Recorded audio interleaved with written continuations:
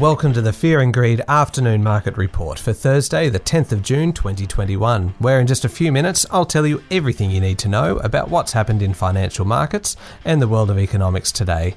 I'm Michael Thompson, in the chair this afternoon for Sean Aylmer.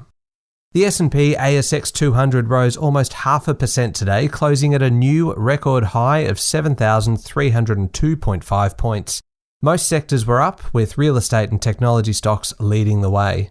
The best performer today was Iress, a software company that caters essentially to the financial services industry.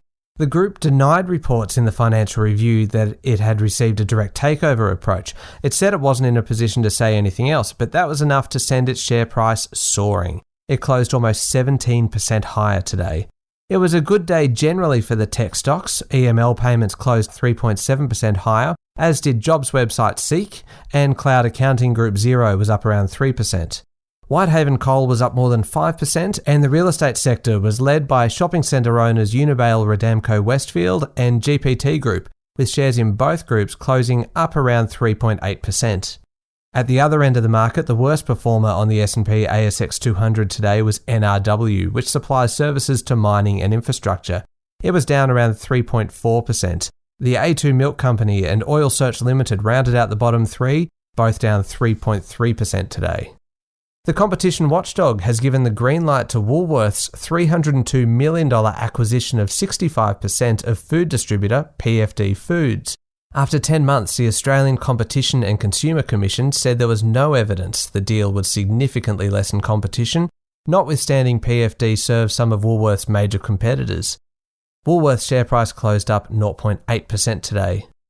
Boral has released an independent experts report on the valuation of the business, which put it at between $8.25 and $9.13 a share. Now that's well above the $6.50 a share bid from Seven Group Holdings, which currently holds about 23% of the company, and well above today's close of $6.83. The corporate regulator has launched civil proceedings against Austal and its former chief executive David Singleton over market disclosures. It triggered a 2% drop in the shipbuilder's share price today. The Australian Competition and Consumer Commission alleges that Austal breached continuous disclosure rules back in 2016, when it held off for a month in declaring that it expected to make a loss on building ships for the US Navy. And if you're a regular listener to Fear and Greed, you would have followed the battle to buy fruit orchard company Vital Harvest. The group has now received a 10th offer from Macquarie Agricultural Funds Management Group, this time at $1.33 per unit. MAFM is locked in a bidding war for Vital Harvest with Rock, which made a 9th offer for the company, also at $1.33 per unit, 3 days ago. The latest bid is now being reviewed. Checking Wall Street briefly, and the Dow Jones shared 153 points to close 0.4% lower. The S&P 500 was down 0.2% and the Nasdaq slid 0.1%. Both the S&P 500 and the Nasdaq had been slightly higher earlier. Financial, industrials and materials led 7 of the S&P 500's 11 industry groups lower.